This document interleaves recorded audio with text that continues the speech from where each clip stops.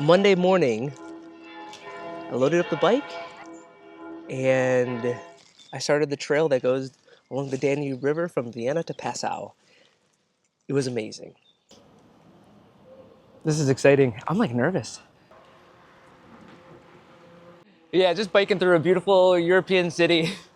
I have been dreaming about traveling through Germany and Europe forever. In fact, every time I upgrade my bike or my gear, I'm like, how will this do in Germany and Austria? Cobblestone, going through like the forest and the woods.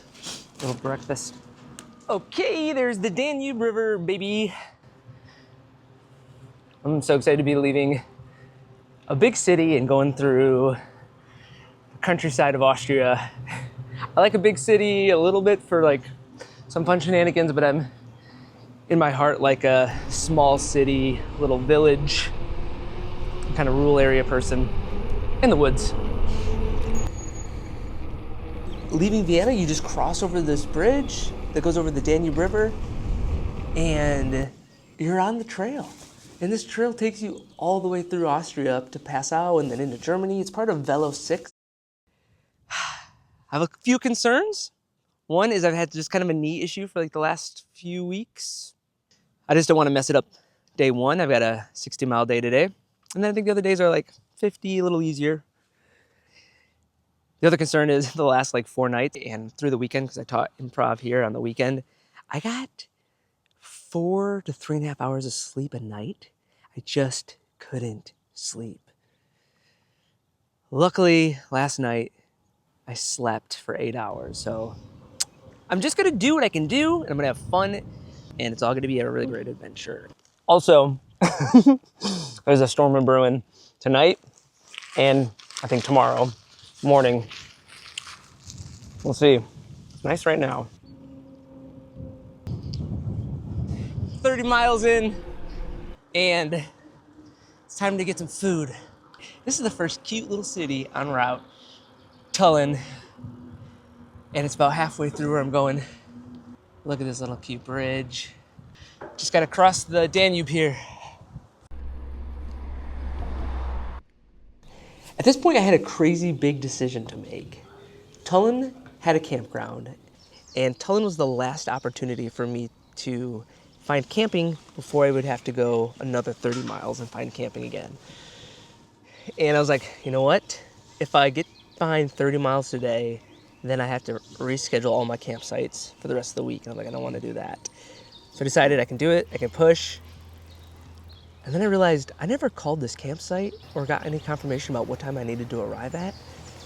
So after struggling to make a phone call in Austria on my cell phone for like 15, 20 minutes, losing time, I got a hold of this lady and she was like, yeah, you gotta make it here by 8:30. Which, I was like, I can technically do this. I got like maybe an extra like 30, 45 minute buffer. But storms are coming, my knee, I'm worried about it, and I just can't have any mishaps. And I hadn't done even 60 miles loaded down yet at this point. I was like, I'm gonna do it. And started booking it, just the last 30 miles, where the first 30 miles was so like whimsical about the whole thing.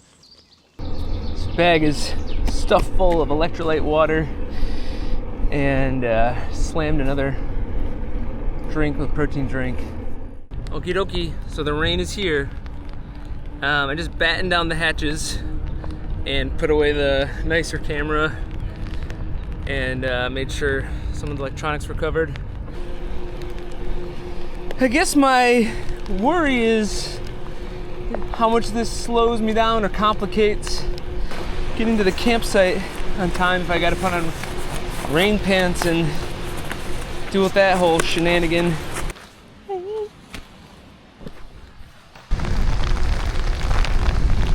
Hee hee.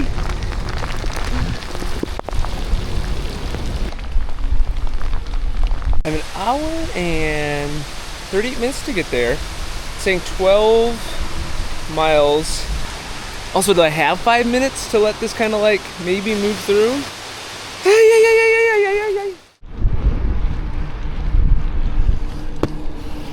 I ended up getting to Dürnstein in the campground with like 10 minutes to spare. 8:20. And I go to the window and the lady's not there and it's like closed for the night. So I call her.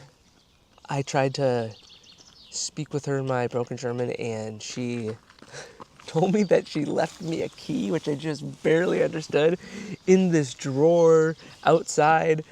Luckily I found it and it was a beautiful campsite. Whew, what a wild day. My knees seems like it's feeling reasonable. This is probably actually the longest day that I'll have, so that's good news. Moved my my saddle a little bit. I think that helped, and I'm just grateful. I think my stuff's dry mostly in my bag, so I'll do a little check. Oh man, I passed some beautiful cities, and I can't wait to see this area in the morning and like go get some coffee and whew.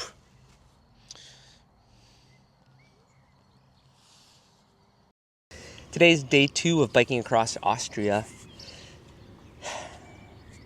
It rained like crazy last night. So this made like cleanup so much more work. But only 42 miles today, so I'm hoping it gives me a little bandwidth to enjoy some towns and some breakfast and see some sights.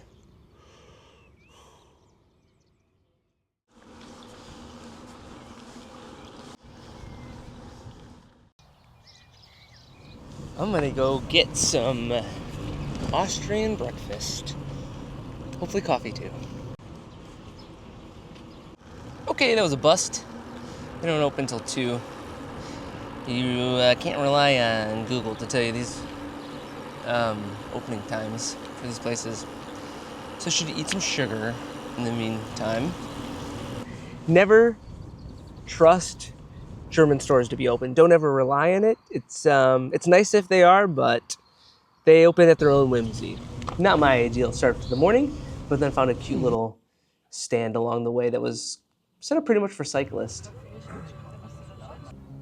Great view of the river, sparkling apple juice, classic German sausage, bread and mustard.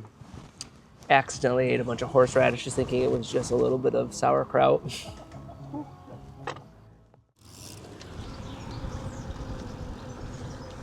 Ooh, aha! Man, my brain feels better. Food. So I think the city of Melk is like 10 miles away or so. So I can get groceries there. And I'll probably just eat again. I was on the south side of the Danube River and it was just beautiful. Went flying down a hill at some point and luckily turned around and looked behind me to see a beautiful castle. Schloss Schönbühel.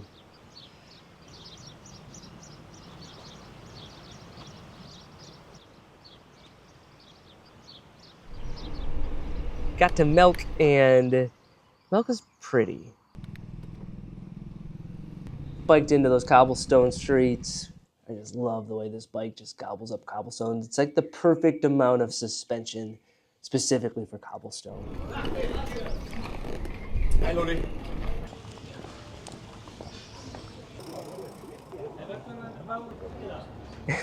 Had sausage and bread. Number 2. When in Austria.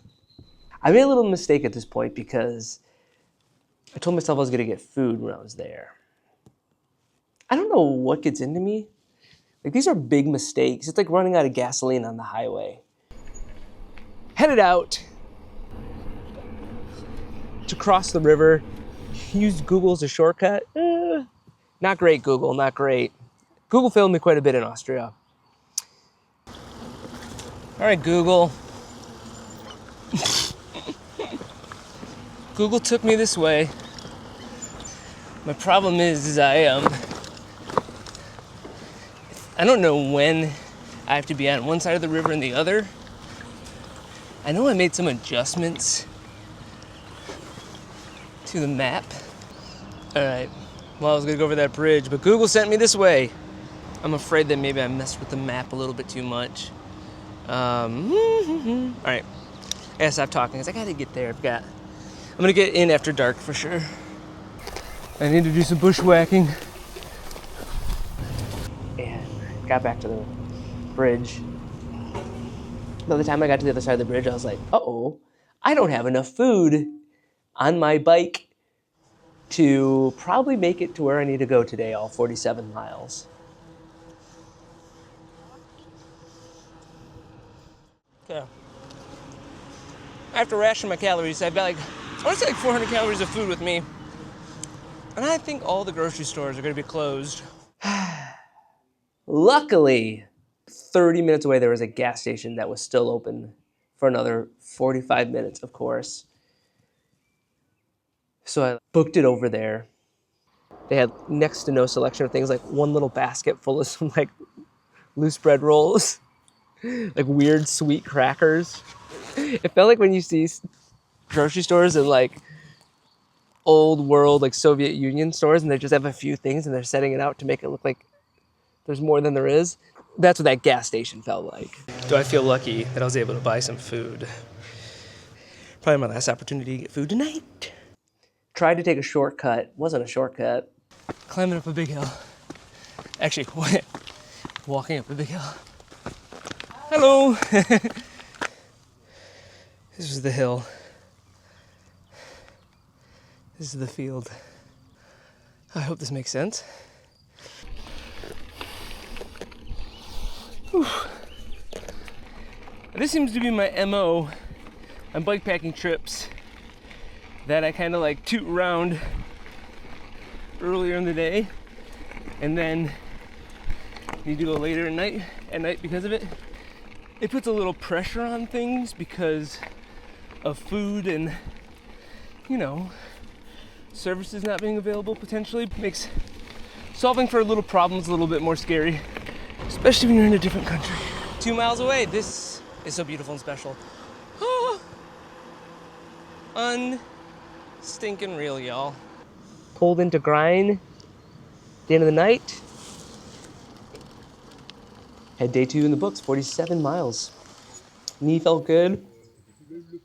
Messed up the fuel intake, per usual. Luckily in Germany and Austria, they have beer and vending machines. I got a couple beers. Spilled a beer in the tent 2 nights in a row. It just gets prettier the further I went along the Danube River. So if you're interested, please follow along. I'll make this into a 2-part series. The gear's working out pretty good, by the way. I'll make a video at some point kind of about what were some of the trade-offs. I think you have a trade-off doing bikepacking gear and a bikepacking bike, which I knew going into it. But some of the trade-offs, maybe things I wouldn't have brought or things I'd change, but for the most part, I've been enjoying the setup. Also, I have another video coming up. I'm gonna do a beer and bicycle day in my favorite small town in Germany, Bamberg. It's so stinking cute. They have some of the most breweries per capita in the world, and the bike riding's lovely, and the city's just so windy, narrow cobblestone streets. It's very good. So stay tuned for that. Thanks so much for everybody for watching. I appreciate people who like and chit chat with me in the comments and subscribe. It means a lot to me.